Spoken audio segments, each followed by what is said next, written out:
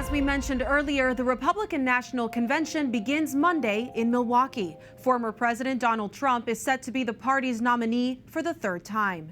The gathering in Milwaukee comes with the former president leading in many polls and Democrats in disarray amid questions over Joe Biden. The convention features 2,400 delegates. Speakers include Florida Governor Ron DeSantis. The former president is also set to unveil his running mate. With the preview of the GOP convention, we turn to Lisa Camooso Miller, host of the Friday Reporter podcast and the former communications director for the Republican National Committee. Lisa, great to be with you. First off, what should we expect from the Republican convention? What are some of the highlights and some of the questions? Well, I think that the biggest challenge for the Republican National Convention going into next week is the way that the nominee will have to identify and connect with the various audiences that still have questions about whether or not they can support him. Certainly everyone in the room is excited and ready for him to take back the White House, but there are pockets of voters that still have questions. And so I think if the Republican National Convention is smart, and I know they will be, they'll be identifying and sharing speakers that can speak to a variety of different audiences so that they can really connect with those who maybe still have questions about whether or not they can be in favor of the president. Now, one of the looming questions and the points of criticism that have been most significant are the pro-lifers. Their pushback over the Republican platform and the changes there after a lot of the language on fighting abortion was removed. What role will abortion play in the convention? And is there a chance the pro-life language would be put back in the official platform at some point?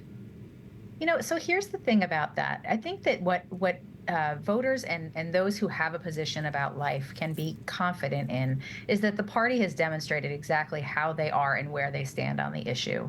And I think that what we saw with the change in the language of the platform was really a way for the party to try to thread the needle with not only those who are very strongly and pro-life, but those who perhaps see this as an issue that is one that they could be otherwise with the party, but that there's some room for discussion.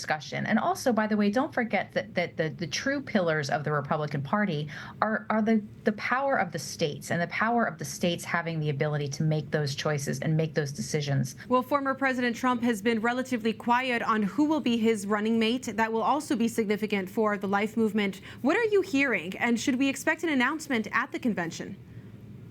Oh, I definitely think you'll be hearing something very soon. In fact, I would be surprised if we didn't know something by very early next week.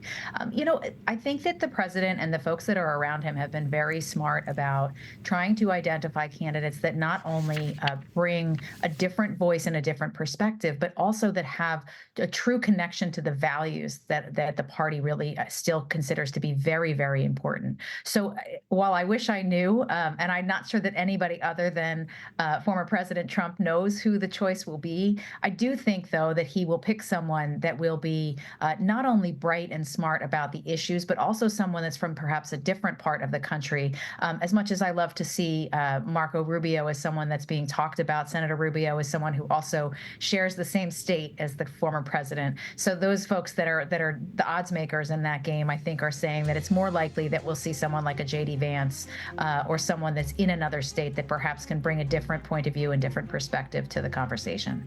Lisa Camooso Miller, host of the Friday Reporter podcast, thank you so much for joining us. It's my pleasure.